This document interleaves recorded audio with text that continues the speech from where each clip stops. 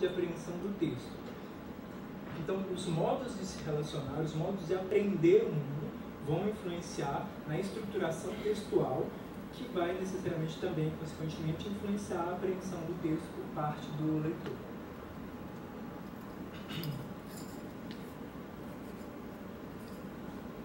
Bom, em relação a essa questão da sensibilização redutiva, como a gente já falou de sequências, de modos de apreensão do mundo, aquele usuário que recebe o texto do autor, ele também teria por si um contínuo, uma sequência de consciência que estaria vinculada ao seu próprio método, ao seu próprio modo de apreensão da realidade, que também se daria através daquelas 3 divisões mentais, a inteligência, a vontade ou a percepção. Mas não necessariamente que esses elementos eles se dão de forma isolada. Na verdade, eles ocorrem simultaneamente, mas cada indivíduo ele vai se definir a partir dessa escolha livre, de uma escolha de método de apreensão da realidade.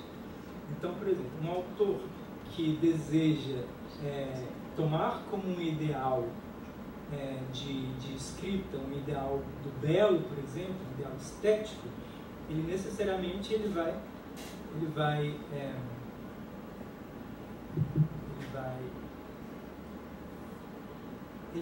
buscar elementos que condizam a essa tentativa de delimitação temática em relação ao belo. Então, a própria estruturação temática vai se dar por meio dessa definição de apreensão dos objetos do mundo.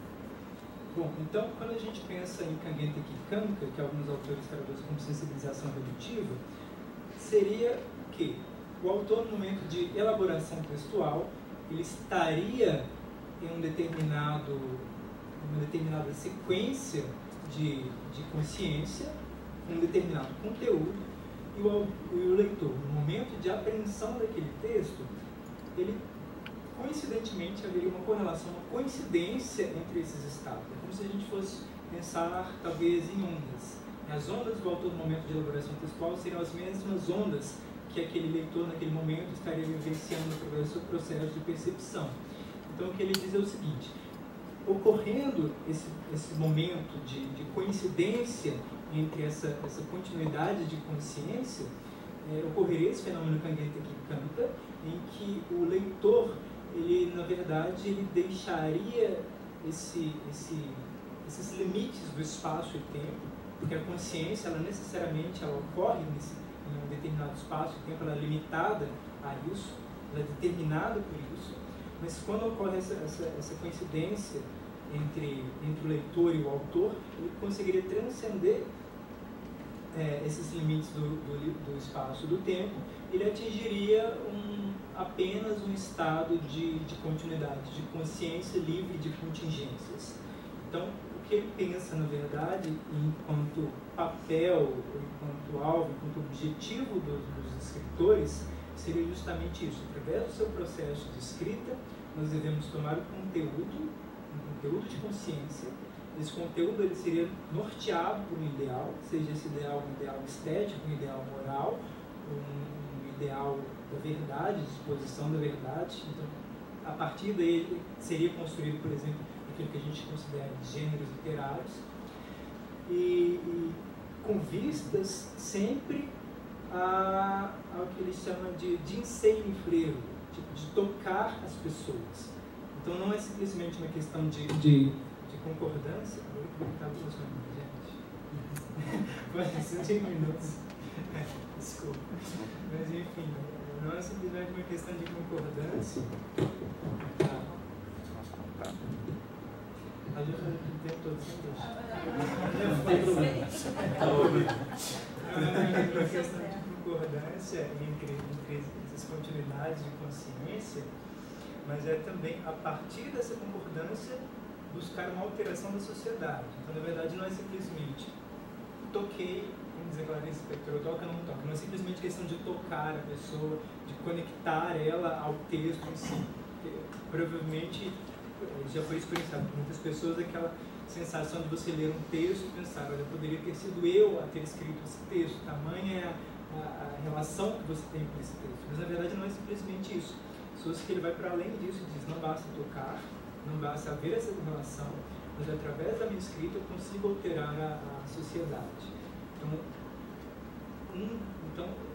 Quando ele traz essa palestra para a Escola de Belas Artes, em continuidade do seu pensamento de teoria literária, na verdade só está querendo dizer isso, que é uma defesa, na verdade, do literato, em contraposição àquela ideia de que o literato é uma pessoa que é à toa. Ele admite que, na verdade, o literato ele necessita de tempo para elaboração textual, mas, na verdade, ele tem um papel dentro da sociedade, que é um papel de transformação, de esclarecimento dessas pessoas. Então, seria só isso mesmo, para a gente pensar esse conceito de Kangenka Kikanka em relação a, não apenas a teoria literária de Soseki enquanto algo individual, algo específico para o contexto japonês, porque quando Soseki vai desenvolver sua teoria literária, ele vai pensar em uma universalidade da literatura em si. Então é algo que seria expandido para todo o pensamento da teoria literária.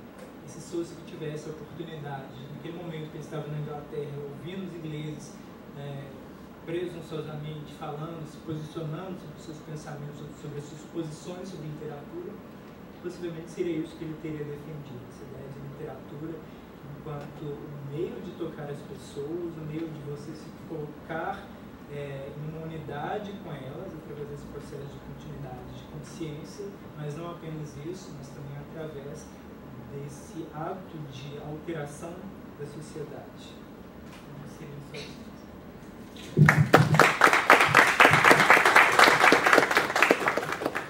Muito obrigado, Diogo. Agora a gente passa para a Fernanda. Eu só vou pedir que vocês esperem um segundinho para eu levar o microfone lá.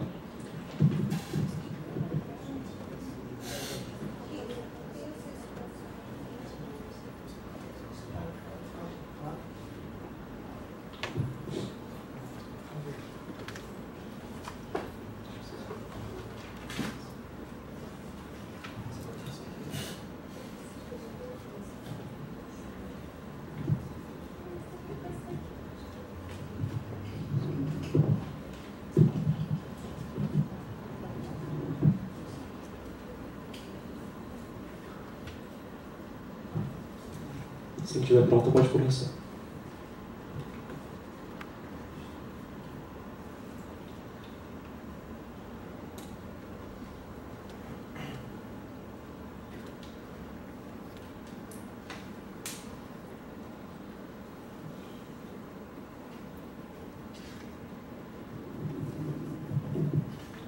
Bom dia a todos, então. Agradeço a oportunidade de estar aqui, compartilhando com vocês um pouco. É uma parte da minha pesquisa atual de doutorado, que vem sendo conduzida desde 2015 aqui no Departamento de Estética e História da Arte, no programa Interunidades. Eu preparei um texto porque eu não tenho essa desenvoltura tão boa, então eu vou ler esse texto para vocês, tá?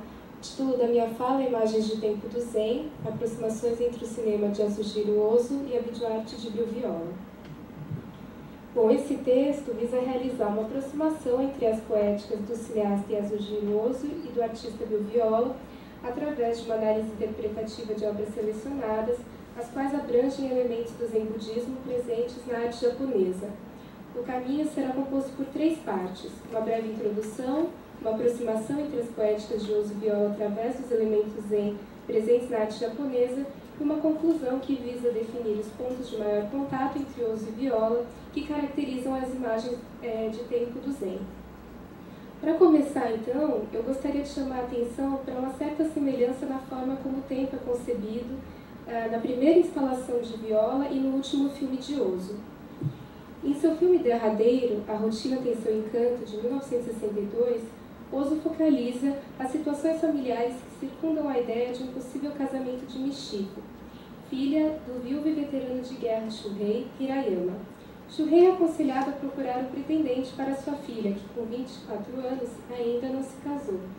Inicialmente resistente a essa ideia, ele muda de opinião ao se deparar com o caso de um conhecido que viu sua filha envelhecer sem constituir uma nova família. Ele passa a cogitar alguns pretendentes para Michiko, que ao final casa-se, deixando a casa de seu pai. Essa mudança provoca em Shuhei um estado de angústia que se assemelha ao luto. Nas cenas finais, ele pensa sobre o que será dele agora que sua filha se foi. E aí eu trouxe essa cena final para a gente dar uma olhadinha, que acho que quando a gente fala de obra audiovisual, a gente precisa ver. Mas aí eu acho que está sem som, gente.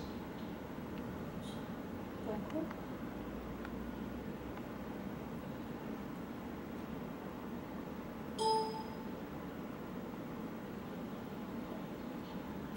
おい、お父さん、俺もう寝るぞ。寝ろ。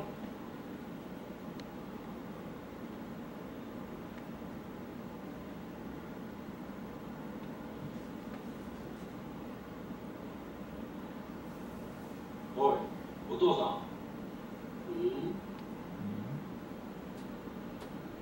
あんまり酒飲むなよ。体大事にしてくれよな。まだ死んじゃ困るぜ。いや、大丈夫だ。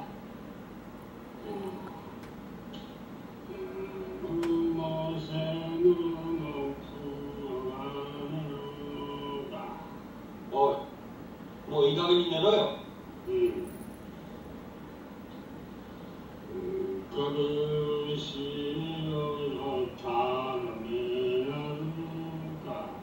何言ってんだよ。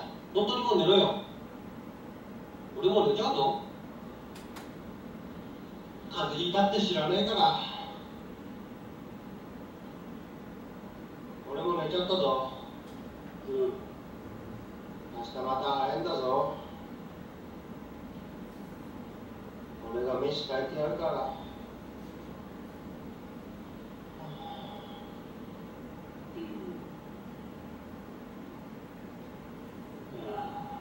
一人ぼっちか。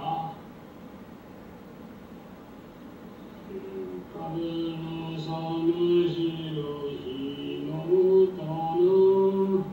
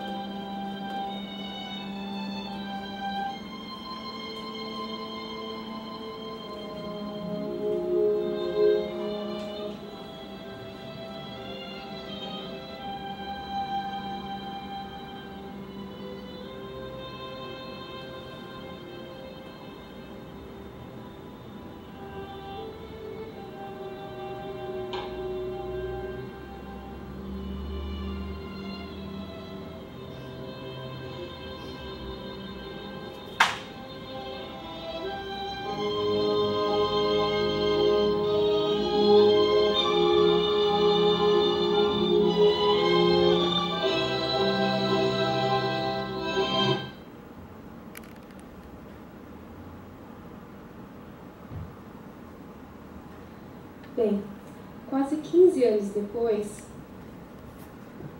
Bill Viola realiza e expõe a sua primeira instalação, He Weeps for You, de 76.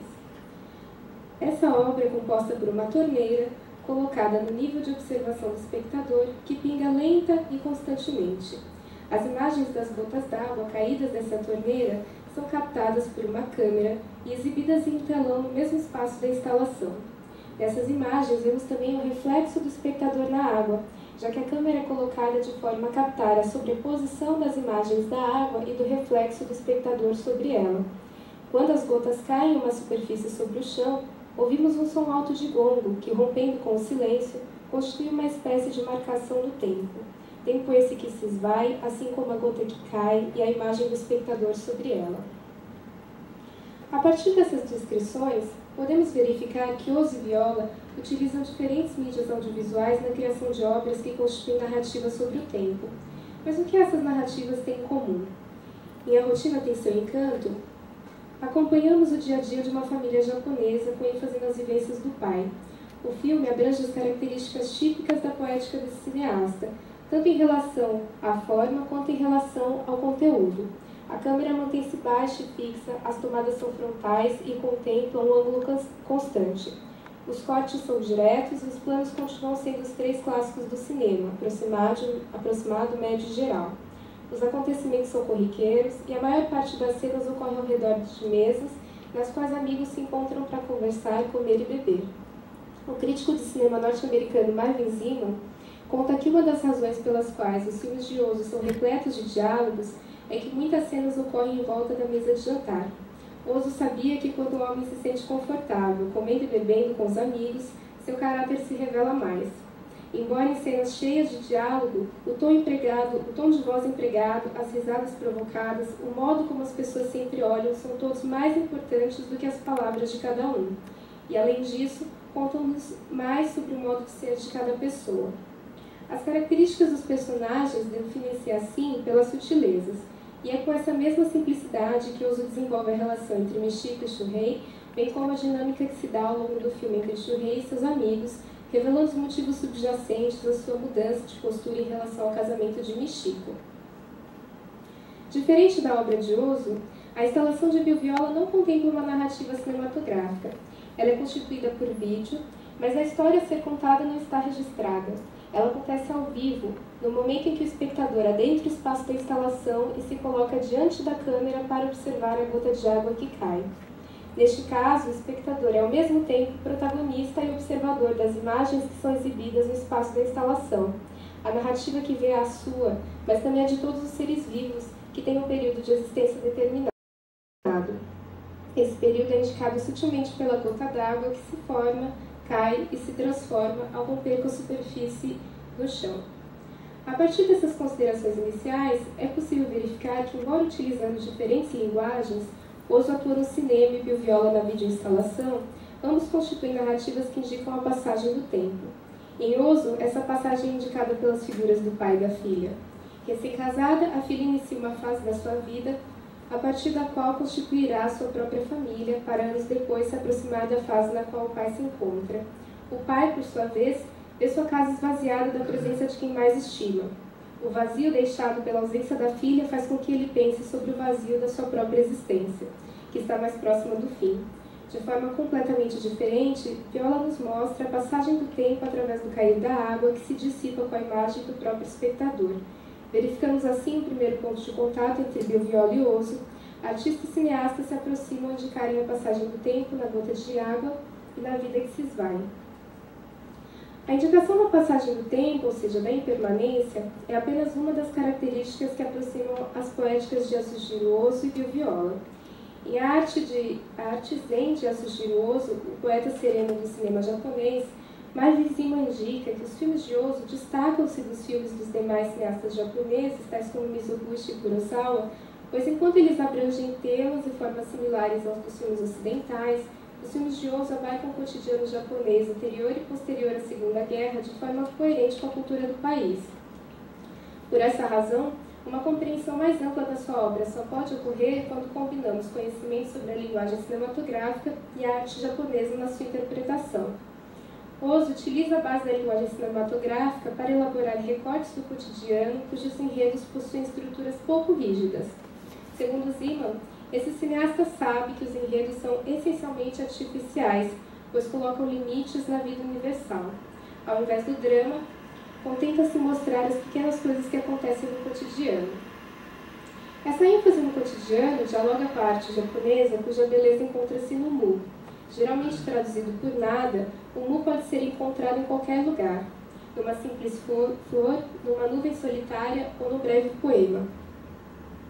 De acordo com Shinichi Hisamatsu, em Zen Shubijutsu, a arte japonesa possui 7 características do Zen: a assimetria ou sagrado profano, a simplicidade, a maturidade, que implica uma perspectiva serena da vida, a naturalidade, que se revela nos acontecimentos isentos de tensão, e o estado de latência, a informalidade, que se encontra na ausência de grandes temas, e a quietude, considerada a harmonia das harmonias.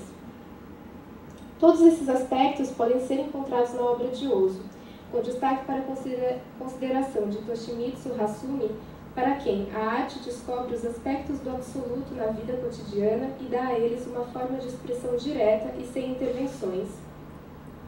Conforme vimos, isto pode ser observado especialmente em A Rotina Tem Seu Encanto. Nesse filme, encontramos personagens que contemplam uma perspectiva serena da vida, que corresponde à maturidade, exceto a bebida em demasia, estar com os amigos não há exageros, que implica naturalidade, não há grandes temas, portanto, informalidade, é nos acontecimentos corriqueiros, na simplicidade, que vivenciamos a maior felicidade, a maior angústia, que se refere à simetria do sagrado e profano.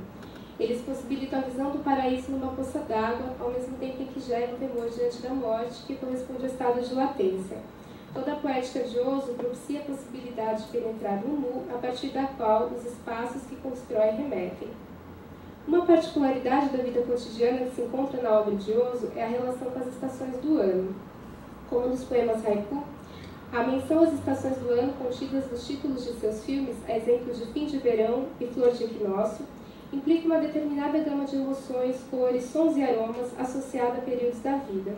Neste sentido, as estações têm função similar aos planos de conjunto, apresentando o espaço-tempo do filme. Segundo Zeman, a primavera é o tempo do otimismo, da juventude, um período que nos permite antecipar o resto do ano. O verão corresponde à meia-idade, um período de indolência. O outono é a época da melancolia, e em breve estaremos frente a frente com o inverno, que é a morte. Esse autor também destaca que as estações do ano se associam aos 4 estados do espírito zen. O sabi refere-se ao verão, ao estado da quietude e da solidão. O wabi alude à chegada do outono e indica um estado de tristeza. O mono no ué implica o outono em si. Trata-se de uma tristeza mais intensa e duradoura, contida na melancolia e na nostalgia, e o yugi indica, como com o inverno, a presença de algo desconhecido, que em última instância é a morte. Zeman observa a passagem desses estados ao longo da obra de Ozu, dos seus filmes mudos primaveris retratando o cotidiano de crianças, como em Meninos de Tóquio, de 32, a sua obra mais invernal, porque derradeira, A Rotina Tem Seu Encanto. É curioso que um ano depois dessa última obra do Ozu, ele faleceu. E eu acho muito interessante, uma curiosidade, que no túmulo dele havia uma inscrição que remetia ao nada. Então, acho que é muito significativo. Enfim, a obra dele ela está atrelada à vida dele, é muito interessante. Os elementos zen na arte japonesa elencados por Hisamatsu também atravessam a obra de Bill Viola. Além da instalação já comentada, na qual o simples cair de gotas d'água anuncia a passagem do tempo, outro exemplo de instalação que contém esses elementos é Catherine's Room. Nessa obra, acompanhamos as atividades cotidianas de uma personagem que aparece concomitantemente em 5 cômodos distintos, realizando diferentes tarefas ao longo do dia. Cada cômodo preenche uma tela. Ao todo, 5 telas são alinhadas na horizontal. Como comenta Viola, cada painel representa uma hora diferente do dia, manhã, tarde, entardecer, noite e madrugada. O mundo externo à janela revela outra camada do tempo, transformando a cena de uma documentação de um dia em uma visão mais ampla de um laço vital com o ciclo da natureza. Neste caso, assim como na obra de Ozu, o tempo da vida se equipara aos ciclos naturais, que também são vistos em relação com as horas do dia. A personagem se detém em suas tarefas diárias de forma serena, que implica a maturidade, a simplicidade e a informalidade. A naturalidade com que realiza seus afazeres ao longo do dia se articula aos ciclos da natureza, que implicam, como observa Gilles Deleuze, um tempo para a vida, um tempo para a morte, um tempo para a mãe, um tempo para a filha. As estações do ano são equiparadas aos ciclos diários do amanhecer ao anoitecer, que, em última instância, remetem ao vazio da morte. Ao mesmo tempo, a madrugada e a morte fazem parte de um ciclo que se renova, portanto, podem ser compreendidas como uma forma de iluminação. Daí a gente tem de novo a simetria, o estado de latência e a quietude. Catherine's Room segue uma tendência na poética de Viola que interpela o espectador diante da impermanência, através da exposição dos ciclos naturais, estejam eles ligados às estações do ano ou à existência humana. Tal como indicado anteriormente, podemos verificar essa ocorrência desde a primeira videoinstalação do artista, He Weeps For You, até obras mais recentes como Catherine's Room. A partir do que foi abordado até aqui, então, é possível estabelecer um diálogo entre as obras de Ozu e Viola através dos principais elementos presentes na arte japonesa, sobretudo no que se refere à impermanência. É importante ressaltar que a provocação diante da passagem do tempo na obra de Ozu é especialmente decorrente dos espaços quaisquer, da desconexão ou vacuidade que o cineasta insere em suas narrativas. Ozu introduz espaços vazios entre as cenas com ações, como cômodos desocupados, espaços desertos na cidade ou paisagens na natureza. Gilles Deleuze observa que esses espaços vazios atingem o absoluto, como contemplações puras, e asseguram a imediata identidade do mental e do físico, do real e do imaginário, do sujeito e do objeto, do mundo e do eu. Dessa forma, eles criam uma situação de evidência típica da imagem-tempo, tal como concebida por esse filósofo. Como esclarece Peter Paul-Pelbar, na imagem-tempo, uma certa lógica de encadeamento entre a ação e a reação desmorona. Isto é, não há mais impressão de continuidade sensório-motora da imagem-movimento. O princípio da imagem-tempo é a liberação dos sentidos do seu atrelamento ao movimento. A gente pode encontrar algumas cenas, né, que contém esses espaços vazios, e se vocês lembrarem do vídeo que eu passei no início da fala, as imagens do pai, elas são contrapostas com esses cômodos vazios, né? Para ilustrar a dinâmica da vidência da imagem-tempo, podemos rememorar a sequência final de A Rotina Tem Seu Encanto, na qual a angústia que o pai sente na iminência do nada, relacionada à ausência da sua filha ou à proximidade do término do seu poder ser, é mobilizada também no espectador. Ou então, em uma bela cena externa de Era Uma Vez em Tóquio, na qual o neto e a avó se encontram, a avó pergunta: "O que você quer ser quando crescer, Isamu? Quer ser médico como seu papai? Quando você for médico, onde será que eu estarei?" Na verdade, trata-se de um questionamento retórico que promove a angústia diante da impermanência. A sensação de vazio, que em última instância remete ao nada, é ressaltada pela composição da cena, a qual alterna um plano geral que contempla a avó e seu neto no espaço aberto de um campo e um plano aproximado que abrange a avó. Nesses casos, a evidência cumpre o papel de resgate da unidade entre humano e vida ao enfatizar a sua impermanência. Especialmente nas cenas finais de A Rotina Tem Seu Encanto, é possível perceber a importância dos espaços vazios de Ozu, uma vez que eles contrapõem a existência limitada do pai com a infinidade do mundo que a abriga. O crítico de cinema Noel Burt menciona que a particularidade dos espaços vazios de Ozu é que eles suspendem o fluxo diegético, usando uma gama considerável de estratégias e produzindo uma variedade de relações complexas. Esse autor os nomeia como pillow shots, a partir de uma analogia com o termo pillow word, que se refere a um atributo que modifica o significado de uma palavra na poesia japonesa clássica. Normalmente, ele ocupa um verso curto, de 5 sílabas, e modifica uma palavra, normalmente a primeira do verso seguinte. Nesse sentido, os pillow shots de Ozu inserem um elemento imagético que perturba a sequência narrativa. Planos fixos de naturezas mortas, espaços desabitados no interior de casas, no campo e na cidade permeiam as histórias, criando uma suspensão do tempo e ao mesmo tempo indicando a sua passagem, enquanto as pessoas envolvidas nas ações estão ausentes. Deleuze considera que a bicicleta, o vaso, as naturezas mortas são imagens puras e diretas do tempo. Cada uma é o tempo, cada vez sob estas ou aquelas condições do que muda. Uma enunciação semelhante da passagem do tempo é encontrada na obra de Bill Viola. Como foi possível observar ao longo das análises, os temas da passagem do tempo e da finitude persistem e são ressaltados pelas formas das obras, que abrange a construção de instalações que equivalem aos pillow shots de Ozu. Neste caso, ao invés de perturbarem a narrativa cinematográfica, as instalações de Viola embaraçam a narrativa cotidiana, especialmente dos indivíduos nas grandes cidades que vivem engolfados em uma rotina acelerada. Em suma, vemos que as instalações de Bill Viola encontram um certo paralelo nos filmes de Ozu, o qual decorre da permeabilidade do zen budismo em ambos. Ozu e Viola abrangem a impermanência no conteúdo de suas obras, mas também em sua forma, caracterizando o que pretendemos chamar de imagens de tempo do zen. Essas imagens dão a ver a mudança inerente à passagem do tempo em simples acontecimentos diários, nos ciclos da natureza ou, de forma mais ampla, no ciclo da vida, tornando possível ao espectador repensar a sua atuação no mundo diante da efemeridade. É isso, gente.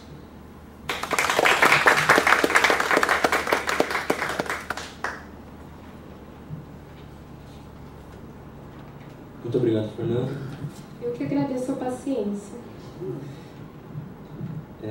Agora a gente passa para o Gustavo, que vai apresentar Fragmentos da Presença do Budismo em Poesia Brasileira, um diálogo entre poemas de Cecília Meirelles e O Boi e o Pastor do Zen Budismo. Quando estiver pronto, pode começar.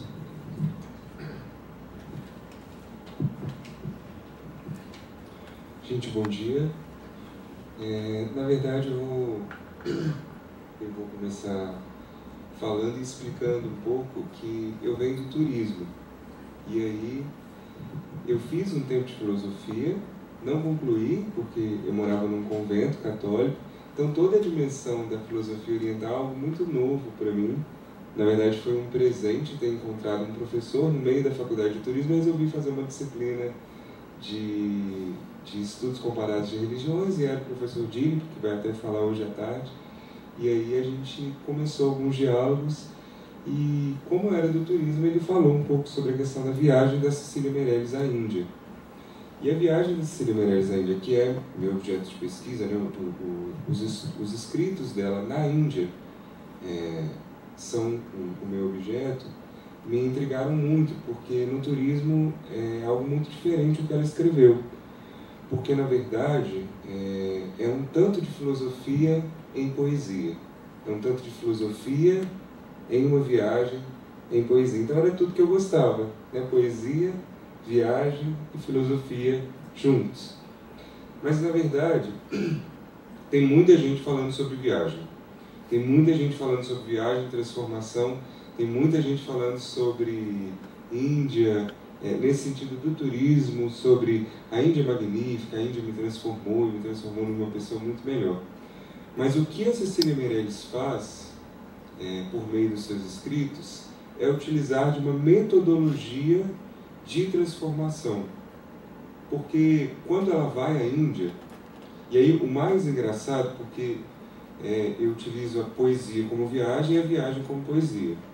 Porque, na verdade, o foco na obra dela não é, de fato, a viagem, a mobilidade. Ela saiu daqui, pegou um avião e chegou à Índia. Porque quando ela chegou lá, perguntaram: que bom que você já li os textos do Tagore, que bom que você veio aqui. Ela virou assim: a Índia eu já conhecia, eu vim aqui para conhecer a terra do Ganges. E ela começa a transparecer que ela já conhecia a Índia, e a cultura indiana, e a espiritualidade indiana, e a filosofia, por meio dos textos que ela lia, os próprios Upanishads, enfim, ela lia e já conhecia o que era de fato a Índia.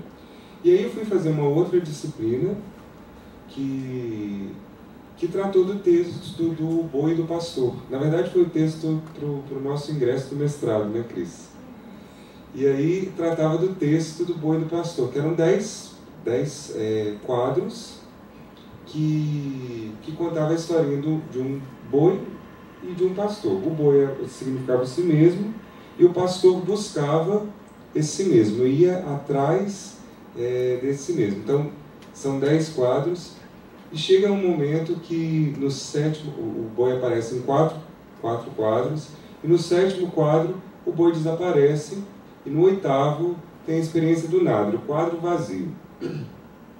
Fazendo essa disciplina, lendo esse texto e lendo alguns poemas da Cecília Meirelles, eu não quis fazer uma comparação. Cecília Meirelles está falando do Boi e do Pastor. Não é isso que eu tentei fazer nesse estudo.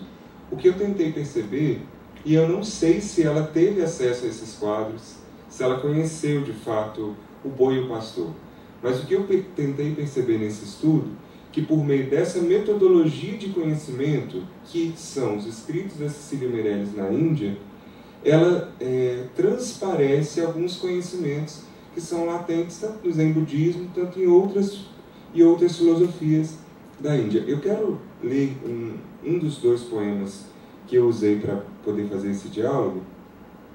Eu acho muito interessante que, quando eu penso no Boi do Pastor, tudo que você disse assim, né, sobre a questão da arte no Zen, a questão da simplicidade, a ausência de grandes temas, de pensar que a narrativa de um menino, de um pastor que busca um boi, é altamente reflexiva para a nossa vida, né? Ou para para as questões existenciais de qualquer pessoa, de quem se pensa.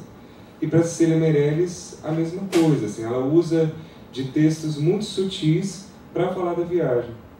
E o mais impressionante para mim que vem do turismo é que a grande maioria dos textos do turismo são textos muito grandiosos para falar, principalmente de viagem à Índia, que é um mercado turístico voltado para a espiritualidade, né? E que, na verdade, tem essa ambiguidade, que se vende um produto, a Índia, a filosofia da Índia, mas as pessoas que vão viajar à Índia não têm muito acesso a isso. E os textos da Cecília Meirelles são, de fato, uma transparência de uma viagem de profundidade na filosofia e na cultura e na espiritualidade indiana. Então, um dos textos que eu usei chamou Humildade. Tanto que fazer. Livros que não se leem, cartas que não se escrevem, línguas que não se aprendem, amor que não se dá, tudo quanto se esquece, amigos entre adeuses, crianças chorando na tempestade, cidadãos assinando papéis, papéis, papéis, até o fim do mundo assinando papéis, e os pássaros detrás de grandes chuvas, e os mortos em redomos de cônfora, e uma canção tão bela, tanto que fazer, e nunca soubemos quem éramos e nem para quê. De fato, a Cecília, esse é um dos escritos na Índia, e aí uma das coisas significativas é que ela não escreveu sobre a Índia nesses poemas, é uma das obras dela, mas ela escreve lá, observando a vida de um povo, observando a cultura das pessoas e conversando e dialogando com as pessoas.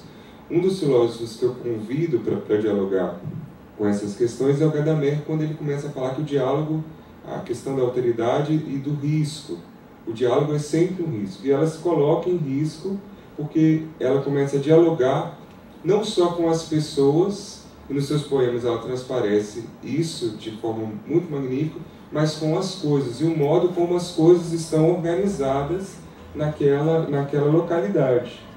E ela começa a dialogar também, antes disso, com os filósofos, os poetas e os mestres que ela lê antes de viajar. Então ela se prepara para a viagem, para que a viagem possa ser uma metodologia de conhecimento. Não só a viagem física, mas a viagem na literatura. E aí, no estudo, eu começo a perceber que o que ela faz é uma vivência do ócio. O ócio no sentido grego. O ócio para se alcançar o conhecimento. Né? Aí a gente pode pensar na maiêutica, no sentido de que o conhecimento é algo processual. É algo que eu preciso gerar dentro de mim, com o auxílio de um mestre, ele vai me ajudando a eu chegar no conhecimento verdadeiro das coisas, né? E entender o que de fato, as questões que eu estou buscando. E a Cecília, ela consegue fazer isso com um tanto de profundidade. Quando eu pego de novo O Boi e o Pastor e o poema, a grande questão que eu coloco é a questão da pergunta existencial. E aí, no fim do poema, ela pergunta, olha, a gente já fez um monte de coisa, mas quem que éramos? Éramos quem? E o Boi e o Pastor também trata dessas mesmas questões que são existenciais, por meio de arte, por meio de poesia e por meio de simplicidade, de questões que não são complexas no sentido mais literal da coisa, né? Mas os dois textos, os quadros e os textos da Cecília, são muito simples. Eu vou ler o outro texto, o outro poema dela, que eu usei, que eu acho que é muito significativo para o que significa viagem nessa perspectiva da Cecília. É importante ressaltar também que viagem, não só a Índia, mas é uma temática que é uma das mais importantes na Cecília, porque ela escreve muito sobre viagem.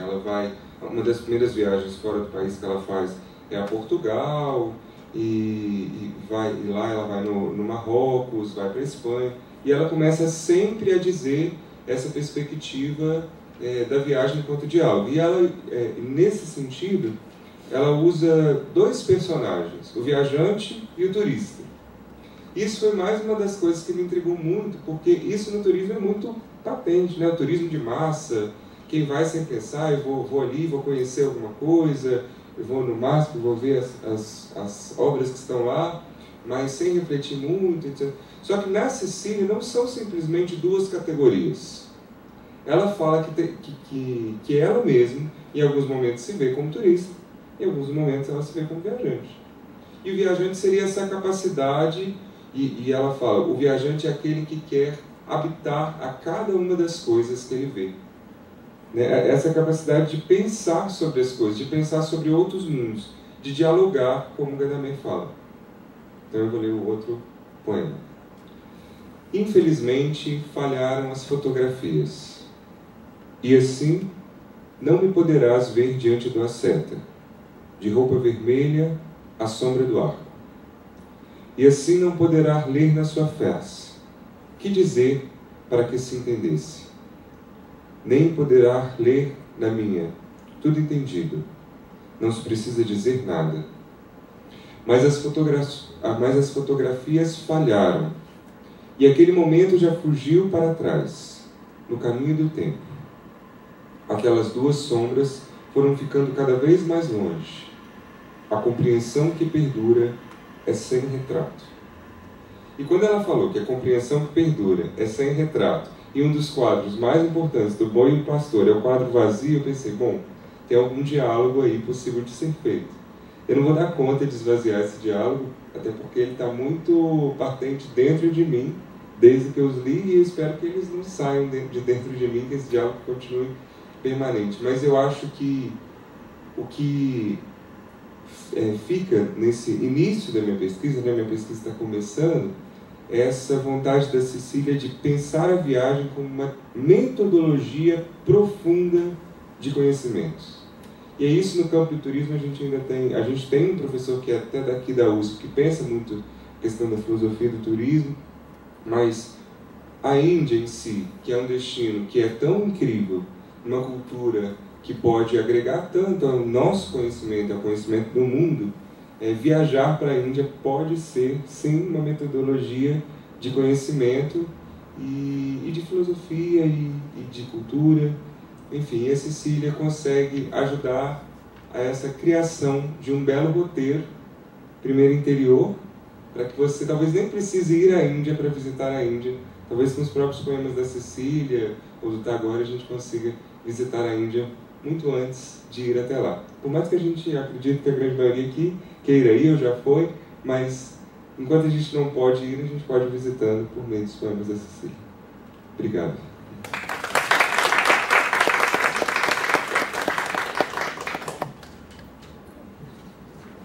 Muito obrigado, Gustavo.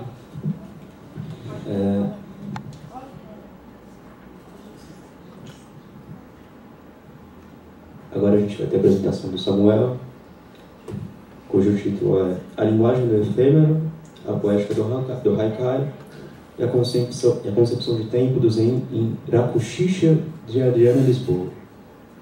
Quando estiver pronto, pode começar.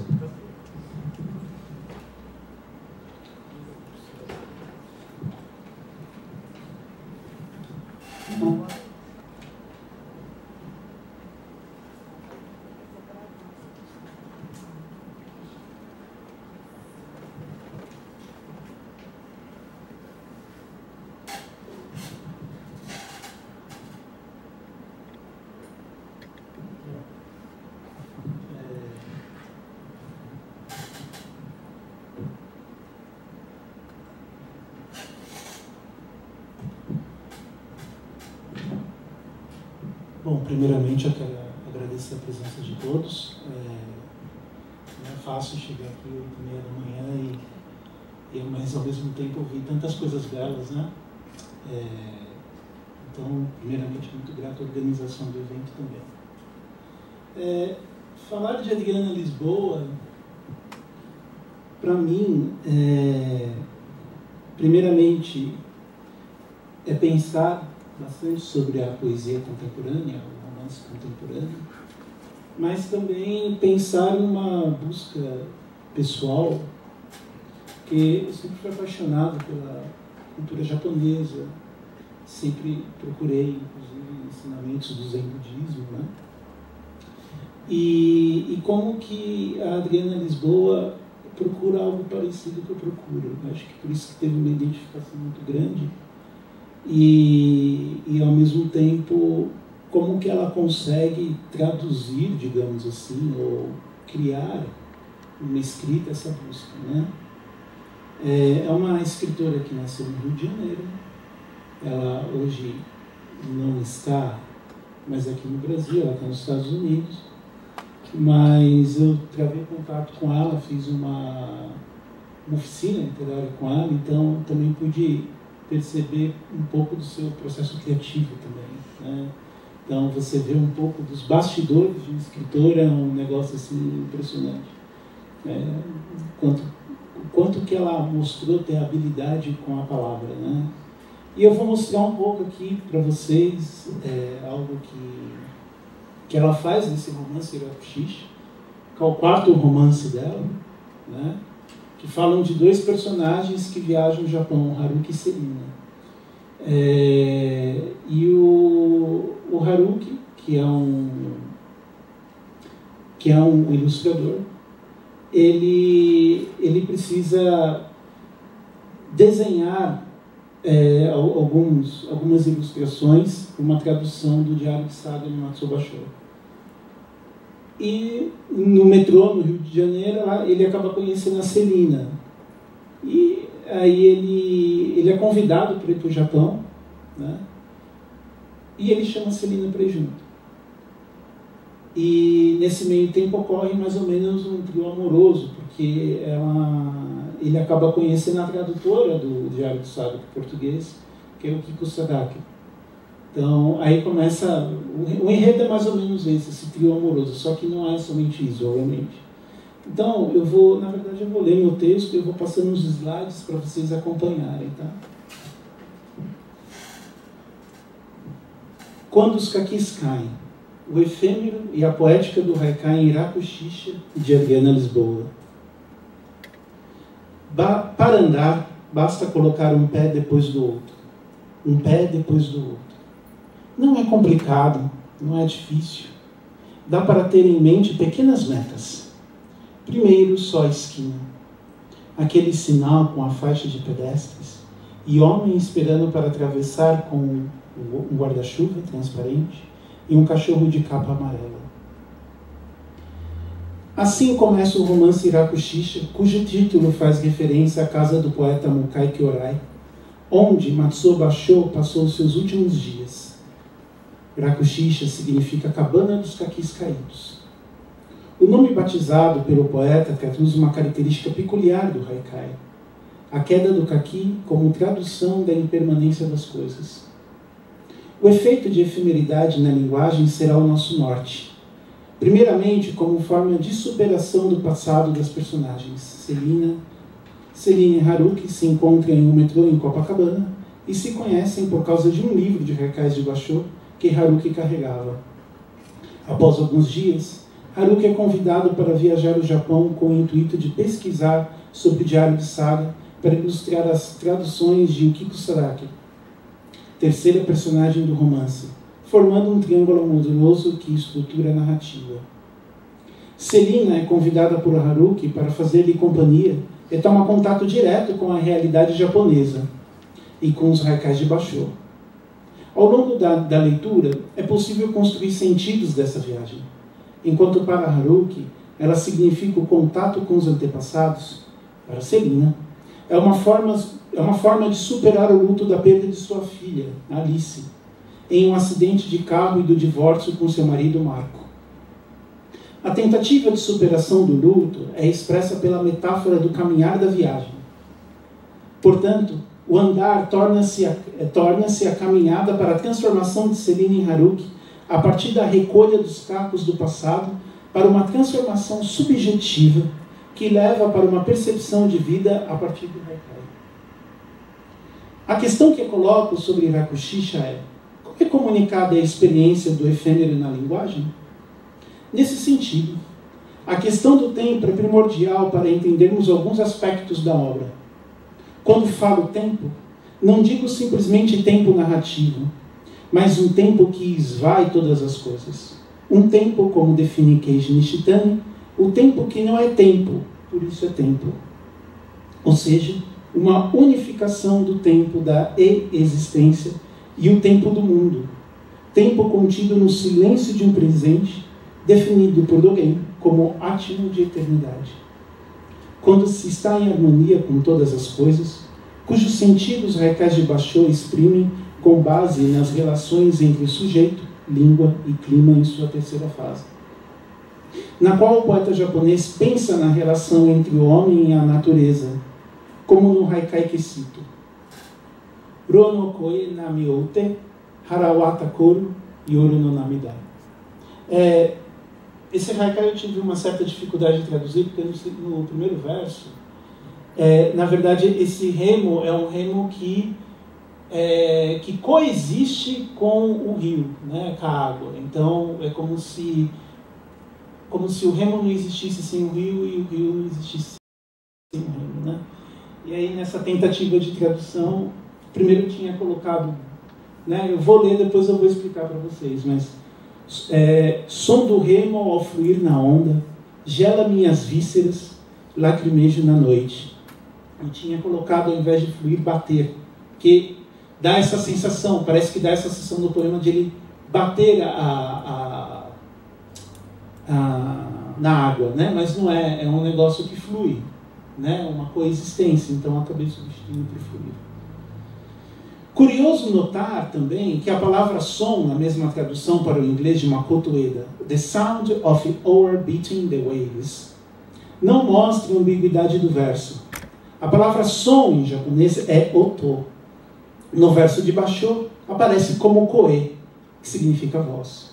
Transmitida a ideia de que a batida, né, esse fluir do remo, na água também há uma voz, é o som, um sussurro, um gemido. No segundo verso, gela minhas vísceras, na tradução de Ueda, chills my bowels through, o tempo torna-se ambíguo. E uma primeira leitura, notamos que o sujeito imprime seu próprio sentimento no haikai. Porém, há uma questão temporal que envolve a forma. Os dois primeiros caracteres são chineses, seguido por um katakana, silabário para a palavra de origem estrangeira, provocando um alargamento da ambiguidade do presente como átimo. Makoto Ueda explica que, neste poema, existe uma relação específica da poesia de Basho com a tradição chinesa.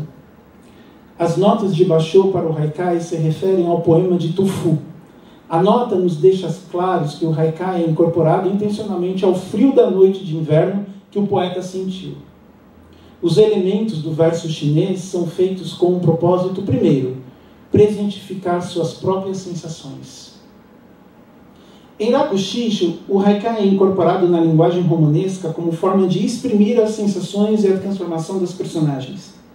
No caso de Celina, a viagem empreendida é envolta de um silêncio pela incomunicabilidade, ou melhor, por não conhecer a língua japonesa, fazendo com que se volte para uma introspecção através da leitura do diário de Basho, e pela escrita do seu próprio diário, que contém lembranças de seu casamento, de sua filha Alice e sua viagem ao Japão. Era curioso passar tantos dias sem falar praticamente nada, sem trocar palavras com o resto do mundo, além de fugazes pedidos em balcões, de cumprimentos desajeitados e breves, de agradecimentos lacônicos.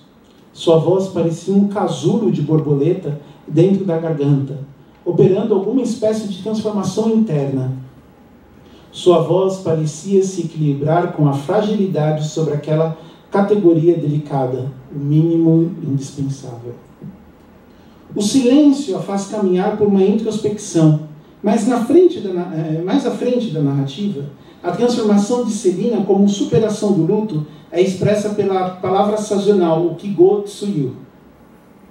Escorre pelo seu rosto aquela água salgada de uma estação interna das chuvas, sua íntima Tsuyu, que se inaugura agora. A chegada do verão pela chuva e o choro de Celina se tornam passagem de uma possibilidade de vida nova, já que ela aprende a andar novamente. Então, a outra citação. O guarda-chuva tapa um pedaço do céu e a chuva é fraca, mas insisti em sair de sandálias e o meu pé está ficando molhado, que é o indício da chuva no começo da narrativa. Novamente, no final do romance, o texto de Basho torna-se uma metonímia das ações de Celina, como observar da chuva na Rakuchicha. Isso é um texto de Basho que aparece na citação no romance. Esgotado por uma noite insone, fico deitado o dia inteiro. Depois do meio-dia, a chuva passa.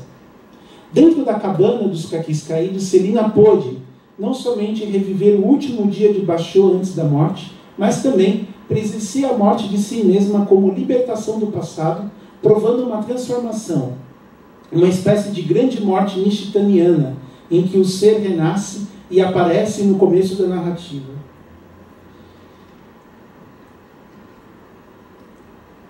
Encontra o ritmo, o labrador e seu dono vão lá na frente. Estranho a sensação de que nunca mais vou vê-los, e, no entanto, é muito mais frequente topar com criaturas que nunca mais vou ver do que o contrário. Eu me pergunto se a vida por acaso se faz de reencontro. Talvez se fala muito mais de tangentes, de movimentos periféricos e olhares fugidios que no instante seguinte que já se dissiparam. Vemos que o começo e o final do romance são marcados pela tsuyu, fazendo com que a narrativa tenha uma forma circular em que o leitor só nota a transformação de Celina através de camadas textuais que são exploradas pela releitura do romance.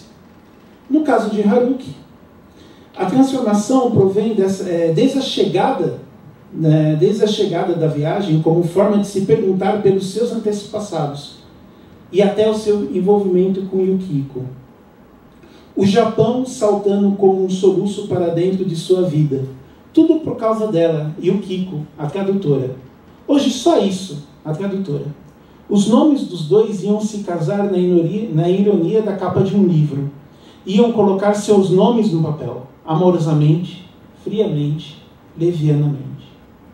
O primeiro trecho da frase lembra a forma de um haikai, como explícita referência ao haikai da Han de Basho. Furui keiya kawasu tobikomo mizu no oto.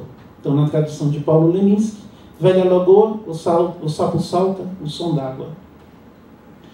Haikai que, resumidamente, fala de uma passagem do eu egóico para a dissolução e juntar-se ao uno, cuja metonímia é ao lago.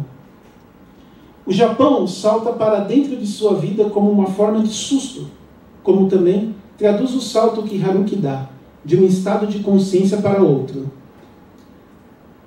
Então, no começo da frase, onde salientei, né? Eu tirei o haikai do texto, né?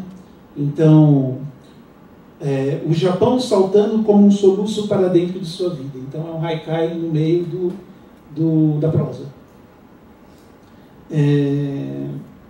O salto de consciência do personagem se dá em dois níveis, com sua leitura dos diários de Basho e pela sua relação erótica com Yukiko. Não havia modo de aferir com mais justeza a imagem da neve sobre a neve, senão com aquelas palavras, Yuki to Yuki. Dizer menos seria pouco, dizer outra coisa seria acessório. Como acessório era tudo o que Haruki pudesse pensar sobre aquele poema. Bastava deixá-lo ficar, deixá-lo cair como neve sobre a neve, no fundo imaginativo de seus olhos. Ouvir seu silêncio algodoado e branco, neve sobre a neve no quarto do estilo japonês do Ryokan em Asakusa, Tóquio. O parágrafo citado constitui-se através da técnica da justaposição do haikai. Cada frase monta o corpo de Yukiko a partir do branco de suas costas, como se Haruki, através do seu olhar, construísse uma imagem de Yukiko, como se viabilizasse um haikai. O trecho, deixá-lo cair como neve, está intimamente ligado com sua entrega a Yukiko, levando em consideração o nome da personagem, Yuki Neve co-criança. É a neve que cai sobre a neve, ou seja, o floco que cai e une-se com um todo. Se há esta possibilidade de um encontro erótico através de um estado de consciência que une ao todo através da viagem, né? Então, um haikai de Basho que indica isso dentro da narrativa. Viajante, esse é o meu nome, primeira chuva de inverno. Neste haikai de Basho citado no romance, a chuva traduz a efemeridade que a viagem produz. E para o inverno, possui um sentido específico no contexto de Haruki. A formação espiritual que ele sofre ao longo da viagem. Um silêncio que o ajuda a esculpir a si mesmo. Havia um silêncio dentro dele. Esse silêncio era mais largo. A solidão de Haruki possibilita ouvir o silêncio interior. Um silêncio que é a si mesmo.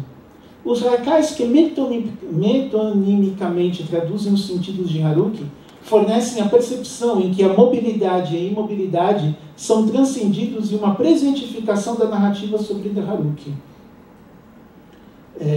No trem de regresso a Tóquio, passa a veloz a paisagem dentro dos olhos de Haruki. Mas é só uma impressão, o tempo parou por tempo indeterminado. A sensação de estar se movendo sem se mover é complementada pelo silêncio do tempo indeterminado. É a negação do tempo e do espaço que exprime um entre-mar que escapa à linguagem. Segundo Keiji Nishitani, a razão e a linguagem não cabem para expressar este tempo indeterminado, oriundo a partir de uma transcendência. No entanto, tornamos-nos um ser-mundo, a partir do momento em que nos tornamos uno, ou seja, quando este eu vazio passa a se corresponder com todas as coisas. Mas isso só é possível quando o ser se defronta com seu próprio abismo, como tentativa de sair da mecanização da vida. Há um trecho em Hirakushisha que exprime esta visão através de uma imagem, o Buda de madeira, em que Haruki contempla e vê a si. Haruki pensa, o mosquito pousado na mão de Matsuo Basho chupa seu sangue sem que ele perceba. No altar simples, a pequena imagem do Buda, esculpida em madeira, cobre-se de sombras delicadas, conforme o dia clareia. As pernas em posição de lótus, o torso magro, com um dos ombros nus. A mão direita sobre o joelho e a esquerda no colo. Palma voltada para cima em concha. Os lóbulos compridos das orelhas e os olhos entreabertos.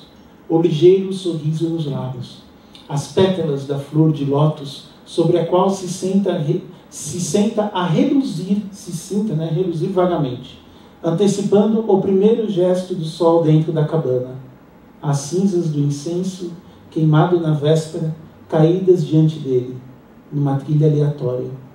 A bananeira lá fora a se agitar de leve. Neste parágrafo, o discurso do haikai se realiza não somente na construção das imagens para compor o templo. Como se Haruki desenhasse em sua mente, surge a imagem de Buda esculpida na madeira.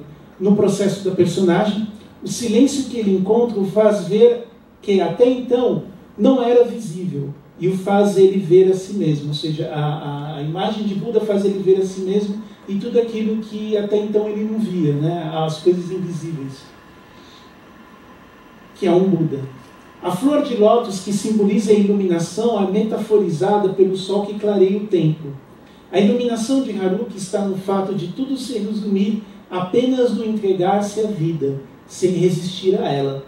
Ao mesmo tempo, todas as questões se dissipam. É somente o fluir das coisas, como bem expresso o termo trilha aleatória. Esta fluidez, segundo Enrei Dogen, é o tempificar-se do sujeito, pois ele passa a viver um presente sem uma continuidade, ou melhor, passa a não mais viver o tempo a partir de uma dualidade, mas sim a vibração do tempo, como explica Gussi Glucksmann, um efêmero fluido com base na suspensão do ser. O efêmero não é o tempo, senão sua vibração sensível em volta. Através dele, é o que paradoxalmente se pode conseguir operadores do efêmero que sustentam sua percepção, já que trata de ritmos, motivos ou de materiais, que se transformam com o tempo, uma consciência frequente e feliz em sabedoria. A este respeito, é exemplar a consciência do tempo próprio da China e do Japão, que acolhe o momento da estação, o vazio, o intervalo, como constitutivo do presente. A comunicação da efemeridade torna a linguagem um fluir que temporaliza nossa própria imagem em uma transparência, transpondo-nos para diferentes vibrações do vazio. Obrigado.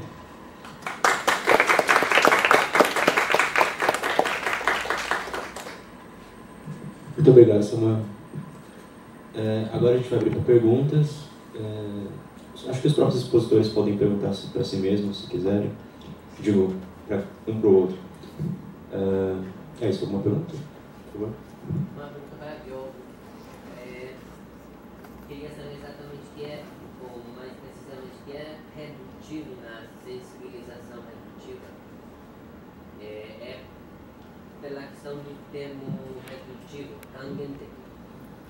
O que é redutivo nessa sensibilização? Compreendo, mas na verdade, como disse que de ondas, eu compreendo, eu faço a leitura desse termo tangente aqui, nesse sentido, como eu disse, exemplificando a questão de ondas, que existirão processos de continuidade, mas que esses processos eles não são lineares, eles passam por altos e baixos. Então, quando a gente pensa a ideia de tangente aqui, seria uma ideia, na verdade, de redução, mas também no sentido de tornar algo linear, algo que seja possível uma identidade de processos de continuidade de consciência. Eu compreendo nesse sentido. Tem o tangente aqui utilizado, né, junto com o Kanka, no pensamento do Sosa aqui. Só fazer uma pergunta. Na verdade, é mais uma experiência do que eu tive, um tempo atrás, eu peguei os recados do Sosek, né? Para traduzir. E você falando sobre essa transferência de consciência, é engraçado como que no Haikai de Sosek, no caso, obviamente que quando você traduz somente um aspecto do Haikai, você não acaba esgotando ele. Só que ao mesmo tempo eu acho muito interessante como que, por mais que você traduza o Haikai de Sosek, como resiste, até mesmo na própria tradução, uma ideia de como se ele estivesse passando algo que não está naquelas palavras. Não sei se você entendeu. Eu acho que tem a ver um pouco com isso. Não sei se eu estou falando besteira, porque eu não conheço esse texto dele. Mas o que eu senti nos Haikais de Sosek foi exatamente isso. Porque me dá a entender, e eu acho que isso você pode esclarecer até melhor, o Sosek, ele se alimenta muito também da literatura ocidental, né? E ao mesmo tempo, parece que, por mais que se tenha uma contaminação no texto dele, nesse sentido, dessa visão ocidental, parece que ainda existe ainda um pouco daquilo que é propriamente japonês, dentro do Haikai, no caso, né, em específico, daquilo que é próprio do Haikai, né? Então, parece que ali, no caso dos Haikais, eu não li os romances ainda, mas dos Haikais, pelo que eu senti, existe esse conflito. No caso do texto que você leu, você sente esse conflito? É engraçado, você utiliza o termo conflito, mas eu já vi de outras pessoas utilizarem o termo, na verdade, de contradição. Contradição, exatamente. Mas a ideia não, a ideia é a mesma. Porque realmente Sosek, quando a gente faz uma análise dos textos dele, seja de qualquer gênero, tem uma grande influência da literatura britânica, que é algo que é aquilo que ele se sentiu desconfortável em certo momento da sua vida. Quando a gente pode pensar, então, o que seria essa relação da teoria literária desenvolvida por Sosek com a própria utilização, com o próprio uso, com a própria imersão de Sosek em relação a técnicas de literatura, especificamente as britânicas, a gente realmente entra numa situação complicada, que aparentemente seria contraditória, seria algo de conflito. Mas o que a gente percebe, por exemplo, nos romances ou nos haikais é justamente isso. Em sentido de técnica, sim, a gente pode falar que tem uma influência, que ele faz uso de técnicas que são consideradas da literatura ocidental, especificamente britânicas. Mas, por outro lado, existe algo que diz respeito à essência do texto, se a gente puderam utilizar esse termo nesse sentido, que sim é propriamente japonês, mas na verdade japonês considerando, não no sentido clássico, mas justamente considerando esse período de transição, esse período de caos em Soseki nasce, justamente voltando àquela noção de atopia em Soseki, porque isso influencia muito a sua própria escrita. A gente analisa, por exemplo, o primeiro texto dele, Eu Sou um Gato, em relação a técnicas, a gente poderia dizer, em certo sentido, que é completamente ocidental, mas em relação ao conteúdo, é uma espécie de crítica, por exemplo, a essa sociedade moderna, esses intelectuais que querem fazer uma espécie de wannabe, de que tudo sabem, etc. Mas, sim, eu não compreendo isso como conflito, como contradição, porque é possível a gente distinguir a técnica e o conteúdo, a técnica e a essência. Então, mas você está certo quando você diz que existe esse outro elemento que perpassa, por exemplo, os haikais e também perpassa os romances, que é algo próprio de Soseki que não é contaminado, entre aspas, pela literatura britânica, por exemplo, ocidental de forma geral. Bom, pessoal, eu queria agradecer a vocês. A gente viaja bastante tempo para chegar aqui e eu, por exemplo, passei 16 horas para poder escutar vocês. Obrigado. Então é sempre uma alegria assim, poder escutar temas assim, tão interessantes da forma como vocês expuseram. A primeira parte seria isso mesmo. Obrigado por vocês oportunizarem isso para a gente. Eu tenho um comentário, Gustavo. Sensacional o teu tema, Gustavo. Achei muito legal e acho muito legal esse processo de trabalhar com áreas fronteiristas, você vem do turismo, passando pela filosofia, fazendo mestrado em ciências da religião agora. Eu faço um percurso assim também, eu acho muito interessante porque essas áreas elas acabam sendo super férteis, né? E a gente consegue observar as coisas com uma perspectiva diferente. Ontem mesmo aqui a gente teve a apresentação do colega que era geógrafo, falando sobre esse elemento da geografia no arte da guerra. Eu achei sensacional e muitas vezes a gente, assim como filósofos ou historiadores, ou o que seja, principalmente filósofos aqui, são pontos de vista, são backgrounds que a gente não consegue perceber assim claramente às vezes, só com esses. E eu, por acaso, eu acabei escrevendo uns anos atrás algo sobre essa experiência da Cecília, assim, mas em outra área também, em educação, e principalmente da relação dela com o Tagore, e das experimentações do Tagore contra a pedagogia, que era uma coisa que ela se interessava bastante. Na época eu lembro que eu trabalhei com um autor francês, um filósofo chamado Michel Onfray. Eu não sei se você chegou a trabalhar com ele nesse seu texto. Seria essa uma pergunta. Ele tem um livro chamado Teoria da Viagem, e ele coloca justamente esse elemento da poesia como ápice da narrativa viajante. E na sua fala, assim, quando você coloca poesia como viagem como poesia, é uma questão, isso é uma fala da Cecília, é uma fala sua, porque isso me soou bastante com esse autor francês, porque ele coloca algo muito similar nesse ensaio que ele faz para a poética da geografia. Então, não sei, essa seria a pergunta, um comentário e uma pergunta também. Então, na verdade, não é uma fala da Cecília, né? Mas é um diálogo entre eu e meu orientador, na verdade, né? A gente tem percebido a viagem, porque eu trago algumas coisas do turismo, ele traz muitas coisas da ciência, da religião e da filosofia, e a gente tem tentado perceber o tempo, porque viagem para mim é a questão mais importante, mas não perceber ela só como essa mobilidade que o turismo vê, e não só como uma viagem interior, mas tentar fazer esse... Então, a gente criou isso, que eu falo muito, isso, poesia com viagem com poesia, para tentar abranger essas duas dimensões.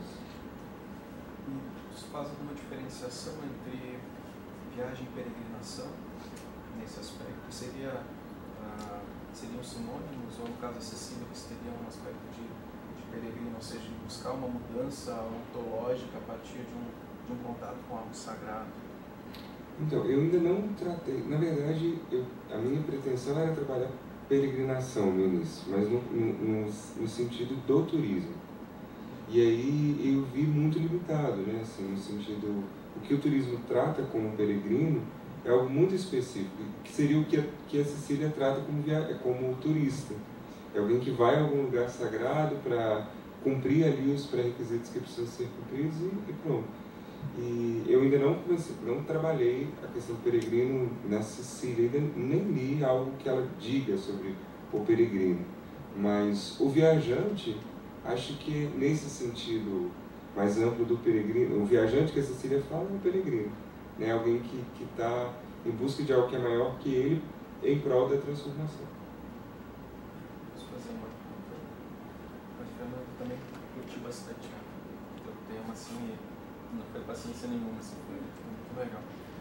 Eu só queria, era uma curiosidade mesmo, como que tu fez essa primeira relação entre o osso e o viola? Como que tu chegou a pensar esse diálogo entre os dois? Porque não existia alguma relação histórica, não existia nenhuma relação histórica entre eles, né?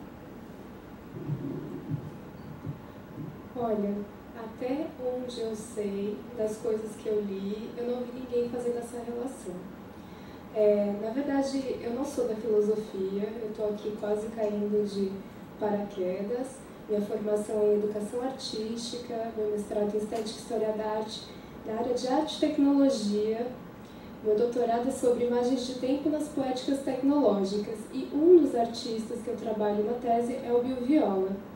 Então, pesquisando sobre o Bill Viola, lendo as obras, percebi que assim, existem muitos aspectos que podem ser abordados na obra dele, né? Mas o que me chama mais atenção é essa questão do efêmero, da passagem do tempo, do fluxo, enfim. E um dos autores que me auxilia a trabalhar essa ideia de imagem de tempo é o Gilles Deleuze, com o conceito de imagem e tempo dele. E o Deleuze localiza no oso uma figura muito importante. Para o Deleuze, na verdade, o oso seria o inventor da imagem e tempo. E quando eu não conhecia o oso, lendo o Deleuze e vendo a análise que ele faz da obra do oso, me chamou a atenção alguns elementos que ele apontava e que eu enxergava na obra do Bill Viola. Então, foi a partir daí que eu fui conhecer a obra do oso, assistir os filmes dele e percebi que seria possível um diálogo entre os dois. É a partir daí. E obrigada pela consideração. Eu agradeci pela paciência, porque eu sei que chegar aqui às 8 horas da manhã e ver alguém lendo, às vezes pode ser maçante, mas eu não me expresso tão bem com os colegas, então eu me utilizo do texto para poder organizar a fala melhor, para o entendimento mesmo de vocês, né?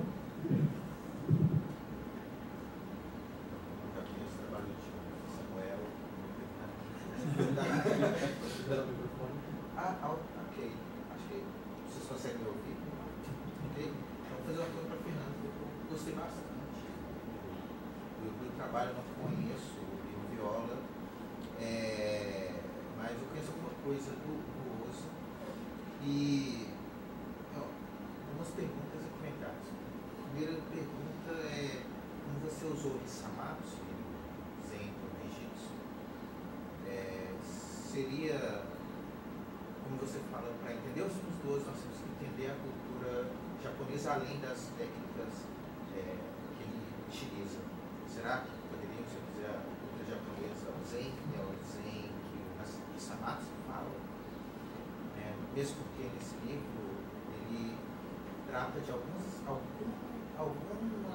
obras de arte japonesa, mas não de todas. Ele deixa de lá, por exemplo, grande parte da poesia. Essa é uma pergunta. E outro comentário que eu achei muito interessante, que você cita do Noel Bush, sobre ele fazer uma associação entre pillow word e pillow shot. Por exemplo, esse pillow word vem de uma tradição poética waka que não tem nada a ver com o Zen, por exemplo. E aí, pegando aquela discussão, acho que você tira do Zino,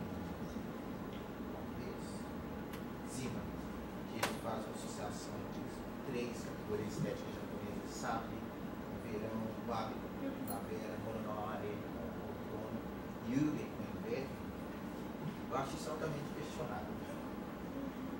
Mononoare, por exemplo, é muito associado com a primavera, o cair das flores de cerejeira, por exemplo, né? Mas, talvez uma indicação interessante seria um texto de um filósofo japonês chamado Sakabe Megumi. Ele está no texto traduzido para inglês, no livro do Michel Marra. Acho que nesse momento estava Michele, ele é italiano, Michele Marra, em que ele faz exatamente uma associação entre o cinema do Ozu e esse conceito de Yugen, pegando pelo teatro novo, analisando exatamente o ângulo baixo da câmera do Ozu, que ele identifica como alguém sentado no tatame, olhando, vendo um teatro novo, daria uma entrada já através da técnica da cultura japonesa. Eu agradeço imensamente as suas considerações, porque, como eu disse, eu não sou da área de filosofia. Toda essa área de filosofia oriental é muito nova para mim, é uma aproximação que vem através da interpretação da obra do Bill Viola. Então, todos esses autores que você questionou, eu bebo do Marvin Zeeman, de um texto que ele escreve sobre o Ozu, e que ele fala da necessidade de aproximar a linguagem cinematográfica e a arte japonesa. Eu não sei te responder, me parece que reduzir a cultura japonesa ao zen não é algo responsável, mas é algo que eu preciso me aprofundar mesmo. Então eu agradeço as suas considerações, eu preciso dessas dicas, preciso dessas considerações para conseguir realmente criar um trabalho mais maduro, né? Porque são áreas que eu não domino mesmo. Então, acho que é isso. Estou em contato com esses autores através do Marvin Zeeman, então é uma leitura que já vem, né, de alguém. Agradeço. Sobre isso, uma triangulação, não é o livro que você disse, naquele marra, não é Modern Japanese Aesthetics? É verdade, é Modern Japanese Aesthetics e Reader, porque ele tem a History e a Reader.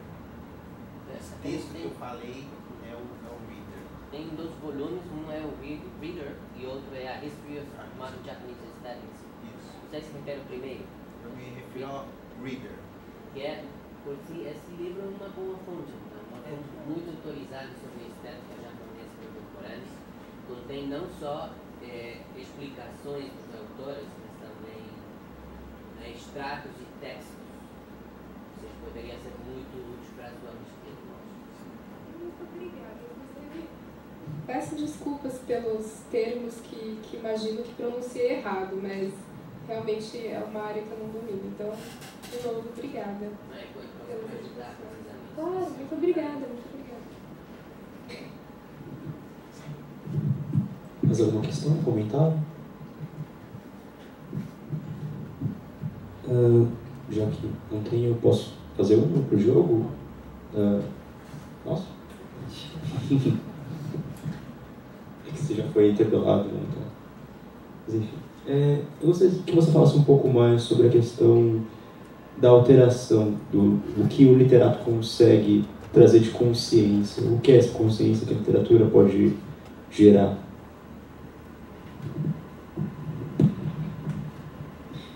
Se diz a partir do Sosek, né?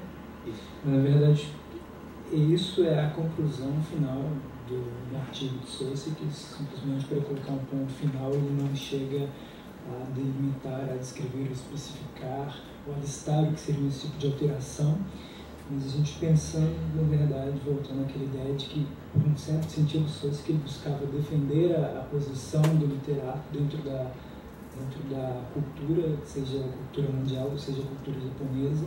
Esse tipo de alteração seria, na verdade, penso eu, uma espécie de sensibilização das pessoas em relação ao mundo exterior. Então, na verdade, os processos de percepção em relação aos objetos do mundo, eles poderiam se dar, e não somente em relação aos objetos, mas ele coloca em relação, por exemplo, ele distingue essa percepção em relação a objetos, em relação a homens, por exemplo.